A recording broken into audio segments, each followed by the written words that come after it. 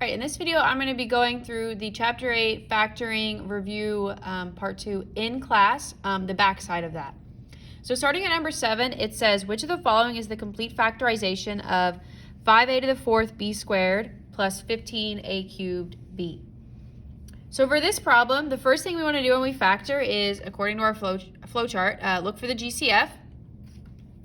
So first thing I'm going to do is look at the coefficients. I have a 5 and a 15. The GCF of 5 and 15 is 5. That's the biggest number that goes into both 5 and 15. And then when I look at the variable a, I actually want to look for the smallest exponent. So I have an a to the 4th and I have an a cubed. The smaller of those two is a cubed. So that's what I want here in my GCF. And then for the b's, I have b squared and just b, which means b to the 1st. And so the smaller of those two is just b, or b to the 1st. And since it says complete factorization, I'm going to go ahead and factor that out. And remember, factoring means division. So I'm going to have 5 divided by 5, which is 1. A to the 4th divided by a cubed is just a, because remember, you subtract your exponents. 4 minus 3 is 1. B squared over b is just b. And then I have 15 divided by 5, which is 3. A cubed over a cubed will cancel out. And then b over b will also cancel out. So this is my complete factorization, which I see is b here. For number 8, it says, which of the following is a factor of x squared plus 10x minus 24? Okay, so I want to factor this. The first thing I always do is look for a GCF. I have a 1, 10, and a 24. There is no number that goes into all three of those besides 1, so there's no GCF to factor out. The second thing I look for is how many terms does it have. This one is a trinomial, meaning it has 3 terms. If it has 3 terms, there are 3 things that could possibly happen. A could equal 1, A could be greater than 1, or it could be a perfect square trinomial special case. Okay, I see from looking at this that it's not going to be a perfect square trinomial because even though x squared is perfect, the number 24 is not perfect, so it is not a perfect square trinomial. So I can eliminate that. So the only option now is to look at A, okay, which in this case is a 1. So I have an A equals 1 trinomial, which according to my flow chart means I'm going to do the big X method. All right, so I'm going to draw my big X. On top of my big X, I have A times C. On bottom, I have B. This is A, B, C. So A times C in this case is 1 times negative 24, which is negative 24. On bottom is B, which in this case is a positive 10. I need to think of what 2 numbers multiply to be negative 24 and also add to be positive 10. Okay, well the factors of 24 are 1 and 24, 2 and 12, 3 and 8, 4 and 6. Okay, so which of these combinations would combine to be 10? I see that it's either going to be 2 and 12 or 4 and 6, okay? But we also need to make sure we're multiplying to negative 24 here. So let's try this one first. I see I'm going to have a 2 and a 12. If the number on top is negative, that means one of these values on the side also have to be negative. If I have the 2 be negative, then I have negative 2 times 12 is negative 24. Negative 2 plus 12 is 10. So this one actually works out here. It is the 2 and the 12 with the 2 being negative. All right, so I do my big X method and I get these 2 values here, which are going to be my factors, x minus 2 and x plus 12. And the question says, which of the following is a factor? So my factors are x minus 2 and x plus 12, which means B is one of the factors, x plus 12. All right, now I'm going to move on to the bottom section here where we're actually going to be factoring these problems. So the first thing we always do when we factor is look for a GCF. So that's what I'm going to do here on number 1. I need to ask myself, is there a number that goes into 4 and 24? There is. 4 goes into both of those numbers. I also see that this has an x cubed and this has an x squared. So they do have x's in common. Whichever one is the smaller one is the one you want to have in your GCF. So between x cubed and x squared is what I want to have in my GCF. So the GCF is 4x squared.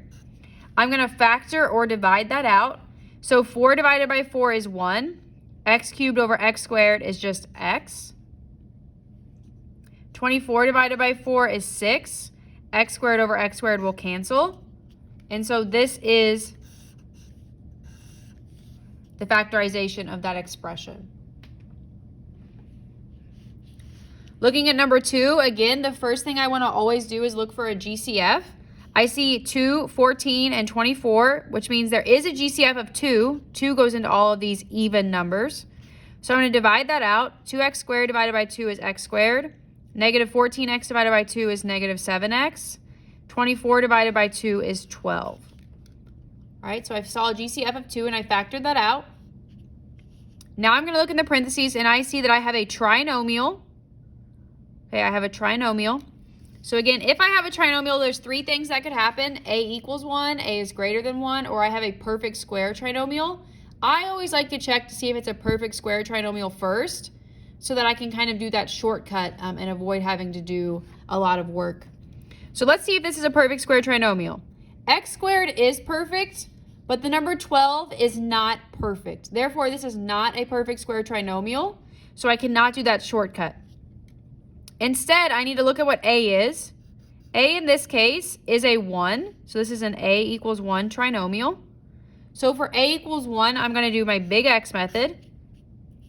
So this is A, B, C. So A times C is going to be 1 times 12, which is 12. B is going to be a negative 7. The two numbers that multiply to be 12 and add to be negative 7 are negative 3 and negative 4. And then for my A equals 1 trinomial, I can just go straight into writing my factors. X minus 3, x minus 4. And then don't forget, if you have a GCF, you do need to put that back in the front of your answer, your final answer. So my GCF of 2 needs to be included in that answer there. Looking at number 3, the first thing I always want to do is look for a GCF. Okay, so I have 25, 20, and 4. There is no number that goes into all 3 of those besides 1. Okay, so there's no GCF to factor out. Second thing I notice is that it has 3 terms, so it's going to be one of 3 possibilities.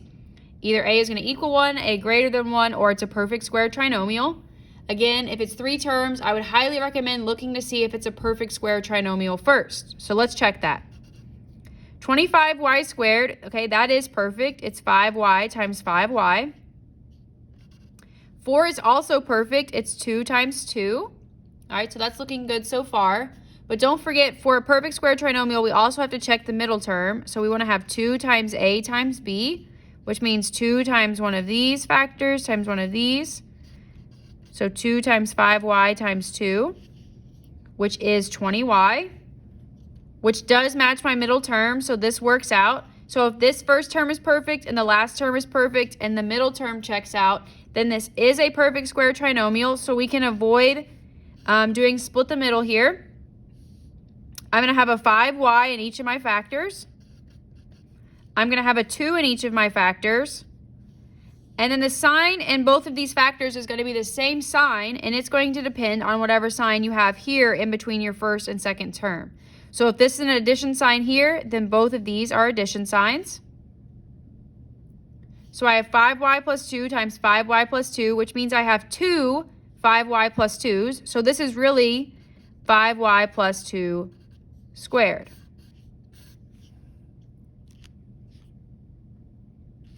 All right, let's move on to number 4. First thing I need to do is look for a GCF. I have a coefficient of 1, 5, 3, and 15. There is no number that goes into all 4 of those besides 1, so there's no GCF to factor out. Second thing I notice is that it has 4 terms. The only thing to do if it has 4 terms is what we call factor by grouping. So that's what I'm going to do now. I'm going to group the first pair and then the second pair.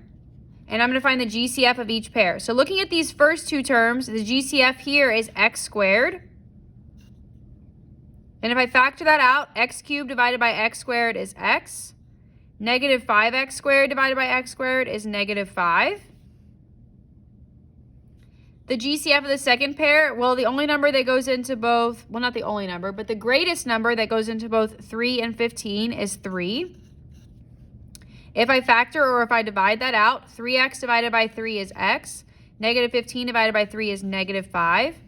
Now, the nice thing about grouping is that if you do it correctly, this factor and this factor should be identical, which they are.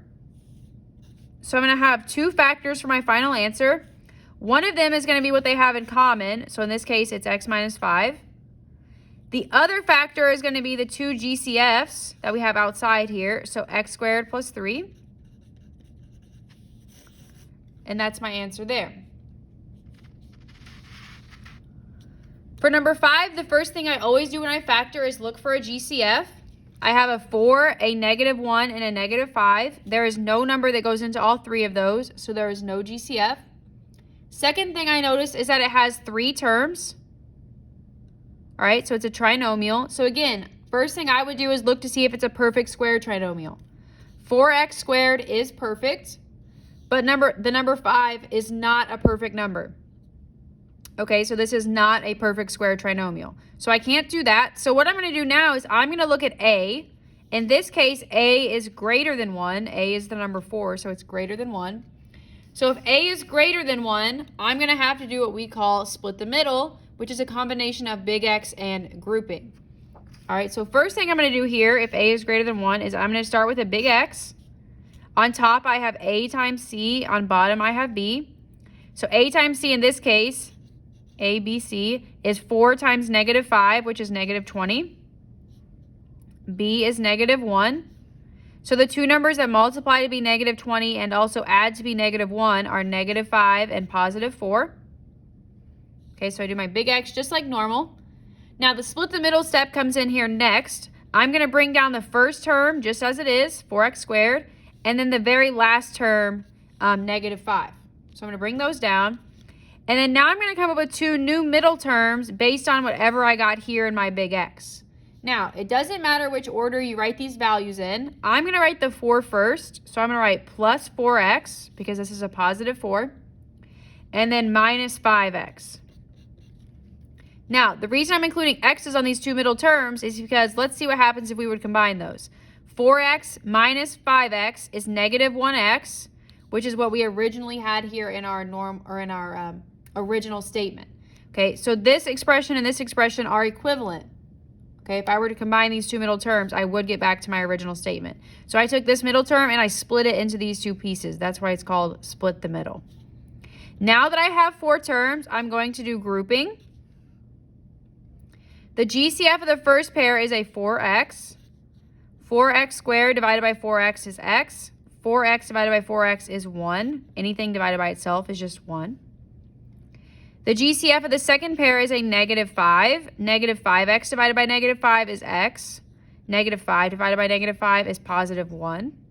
Again, you know you did your grouping correctly if these two match, which in this case they do. So I have an x plus 1, and my other factor is 4x minus 5. Now, just to remind you, on all of these problems we've been doing so far, if you get your answer here and you want to check that it's correct, you could do claw or box method and multiply these together. If you multiply them together correctly, you should get back to your original statement, meaning that your two factors here are correct. Okay, so again, you could do claw or box method to multiply these, and you should get back to this original statement. For number 6, the very first thing I always do is look for a GCF. I immediately notice that all 3 of these numbers are even, so that means the number 2 goes into all of them. I also notice that they all at least have 1x, so they have a GCF of 2x. So I'm going to divide that out. 2x cubed divided by 2x is x squared. Negative 24x squared divided by 2x is negative 12x. And 72x divided by 2x is 36. Okay, so I have a GCF of 2x, so I factor that out.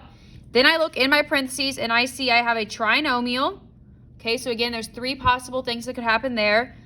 First thing I'm going to look for is to see if this is a perfect square trinomial. X squared is perfect. It's x times x. 36 is also perfect. It's 6 times 6. But I can't stop there. I have to check that middle term. 2ab, so 2 times x times 6. So 2 times x times 6 is 12x. That is my middle term here. So this actually is a perfect square trinomial. This is perfect, perfect, and the middle checks out. So this is a perfect square trinomial. So I'm going to have two factors here. Each of them are going to get an x.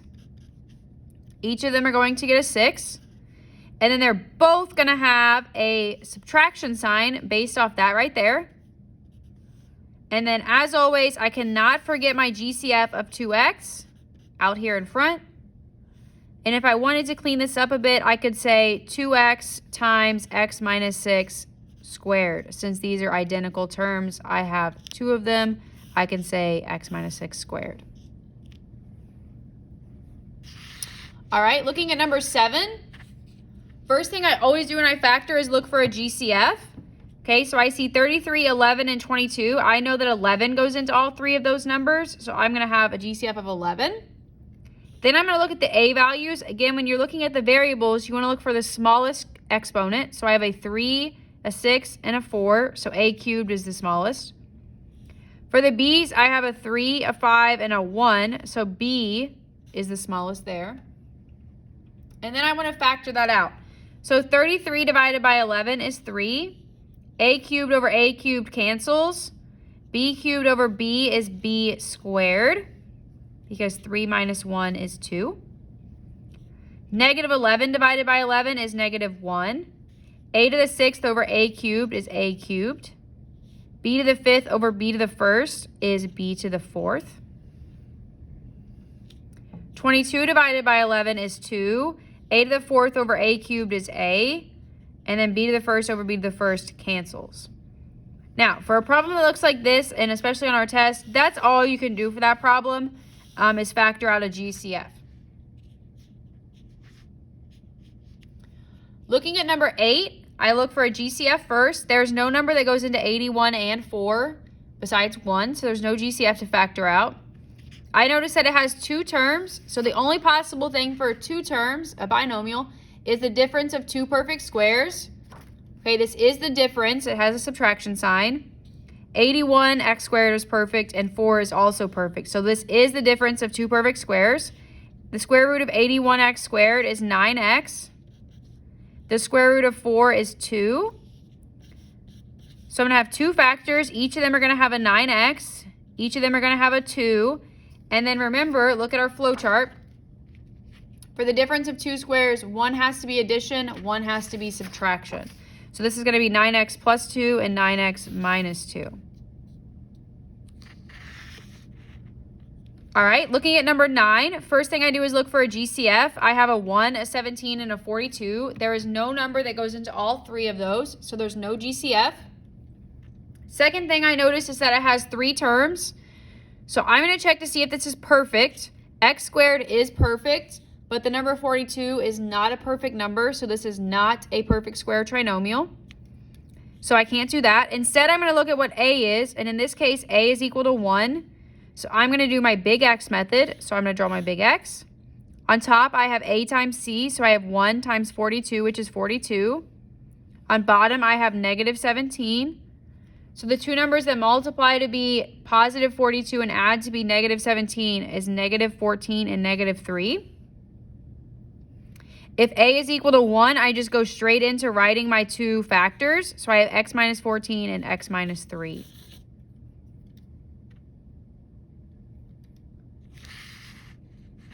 Okay, looking at number 10, the first thing I always do is look for a GCF. There's no number that goes into 1, 5, and 36, so there's no GCF. This is a trinomial, so the first thing I'm going to do is check to see if this is a perfect square trinomial. X squared is perfect. It's x times x. 36 is also perfect. 6 times 6. But if I were to check the middle term, 2ab, I would have 2 times x times 6.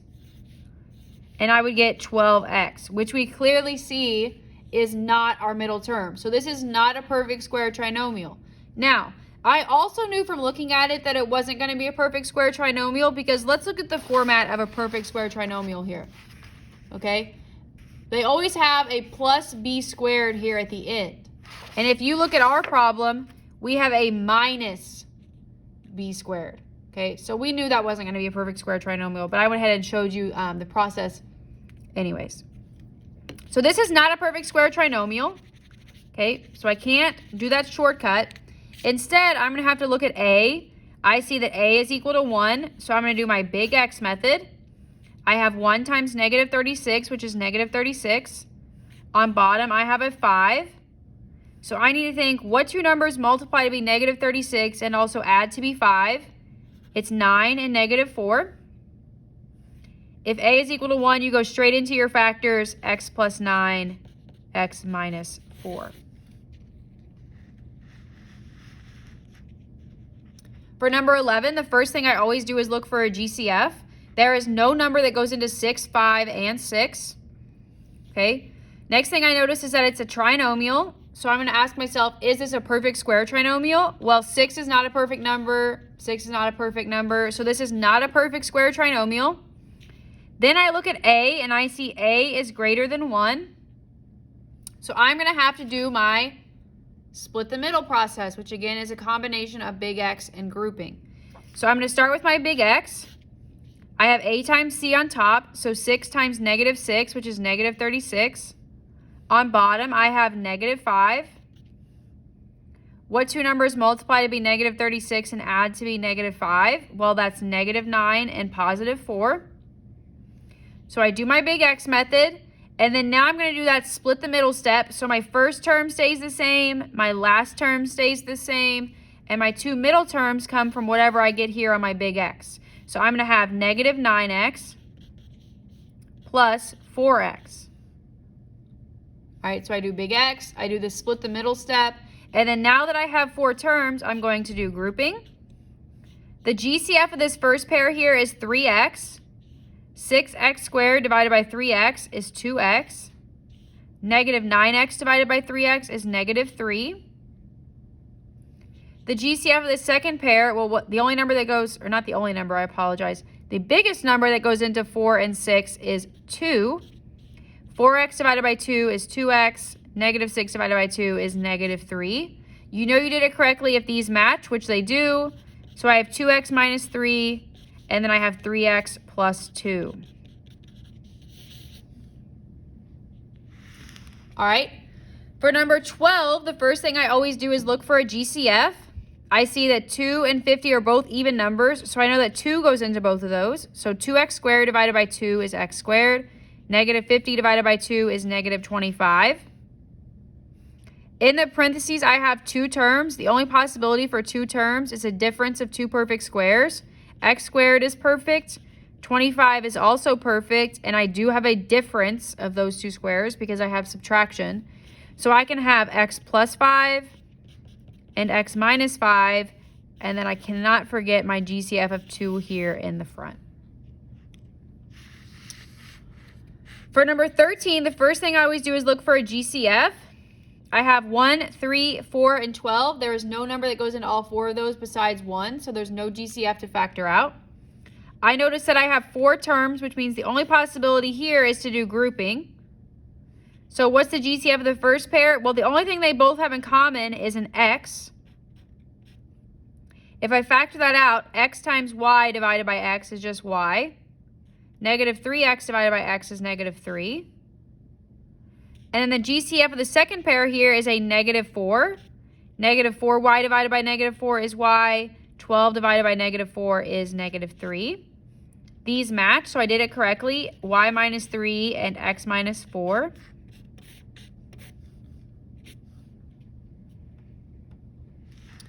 For number 14, the first thing I always do is look for a GCF. There's no number that goes into 1 and 100 besides 1, so there's no GCF to factor. It's 2 terms, which means the only possibility here is a difference of 2 squares. This is a difference of 2 perfect squares. X squared is x times x. 100 is 10 times 10. So I have x plus 10, and I have x minus 10. And then lastly, for number 15, the first thing I do is look for a GCF. I have 6, 27, and 21. 3 goes into all of those numbers, so I'm going to divide everything by 3. 6x squared divided by 3 is 2x squared. 27x divided by 3 is 9x. And 21 divided by 3 is 7. So I factored out a GCF. Then I look in the set of parentheses, and I see a trinomial.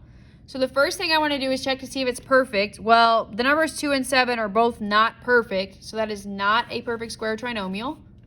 So then I look at A, and I see A is greater than 1. So again, I'm going to have to do that split the middle, big X and grouping process. So I'm going to start with my big X.